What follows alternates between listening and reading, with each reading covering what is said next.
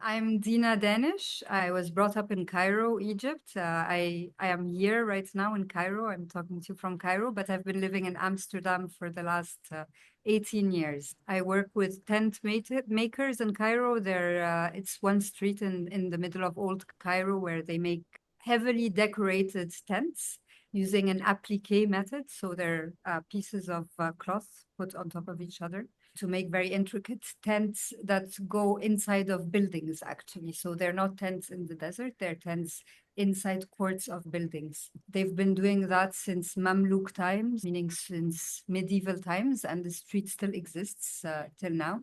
It's a craft that is specifically made by men. They learn it from their parents. So the men I work with have learned it from their fathers and their fathers from their great grandfathers and so on. So it's a very, very old technique and it's all hand stitched.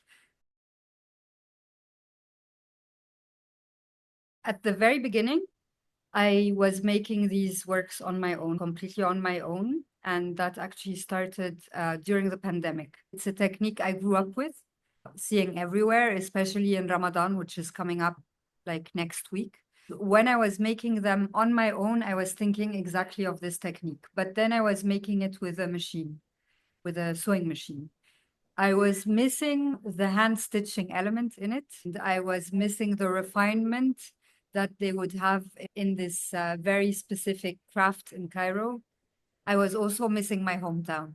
The very specific man I'm working with, Muhammad Amin, his daughter is learning it, which is very new. A lot of women know how to make it, but they're not necessarily visible to the audience. So they're not necessarily visible on that street. Muhammad Amin is considering having his daughter going on that street and working there. It's something we've been talking about as well. I think generally speaking, I have always been interested in standards.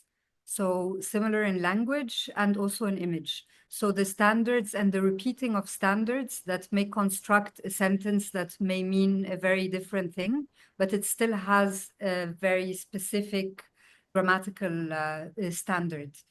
And I started looking at protocol agreements, press conferences, very similarly as how we view grammar and sentences. One where you see people holding hands. This was specifically taken from a conference that took place in Israel, where all ministers of foreign affairs had gone there, and they're all ministers of foreign affairs from the Arab world. And this had never happened before, ever. I knew I had to remember it and also remember the posture because of the absurdity of the posture. Their arms were like this, you know, they're holding hands like this. Their bodies looked very different and non-standard, actually, because their bodies were very different from each other. And this I wanted to keep. So the work called I Had to Take 2 Paracetamol to Carry This Sword is based on an actual event that happened during the coronation of back then Prince Charles. So it is the announcement of him becoming king. The person carrying the sword is actually a politician from the Conservative Party. She had to follow again a very standard protocol in order to coronate the king and to make him king. I was very interested in that this event has been repeating since hundreds of years. I made it in such a way that you see her front and you see her back. I worked with Muhammad Amin to redesign the back. I asked him to design the back as though it was an Islamic pattern, actually, because the motifs that he's used to are Islamic motifs. Why it's titled I Had to Take 2 Paracetamol to Carry This Sword, because afterwards she was interviewed. She said it was an extremely heavy sword and she had to take a couple of paracetamol before carrying it in order to avoid the pain of doing such a beautiful gesture.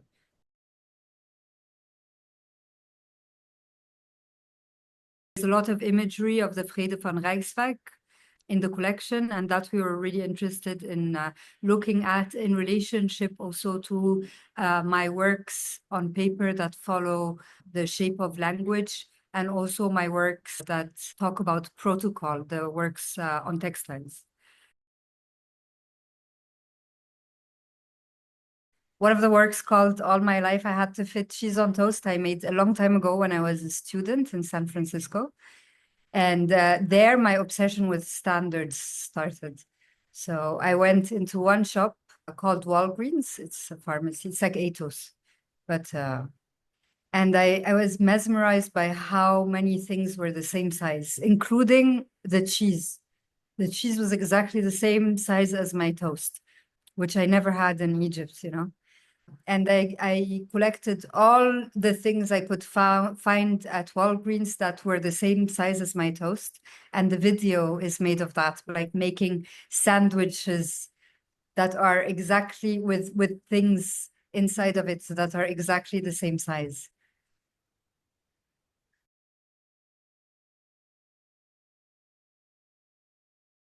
A lot of audiences tend to react very positively about it in that they enjoy it. It's also a bigger audience than in my previous works, I have a feeling, in which, I mean, a bigger audience, meaning my parents are included.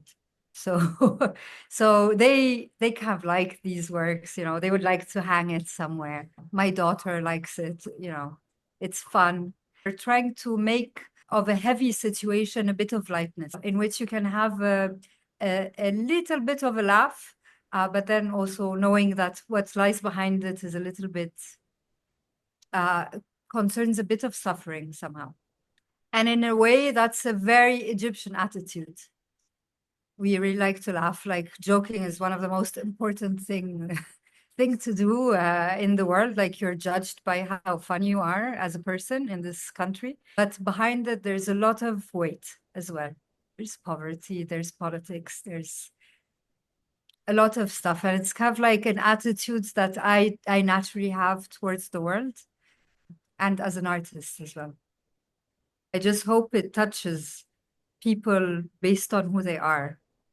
So individually based on who they are, and not have like one singular feedback or one singular experience, you know, but multiple, as many as possible, I hope. Not standard.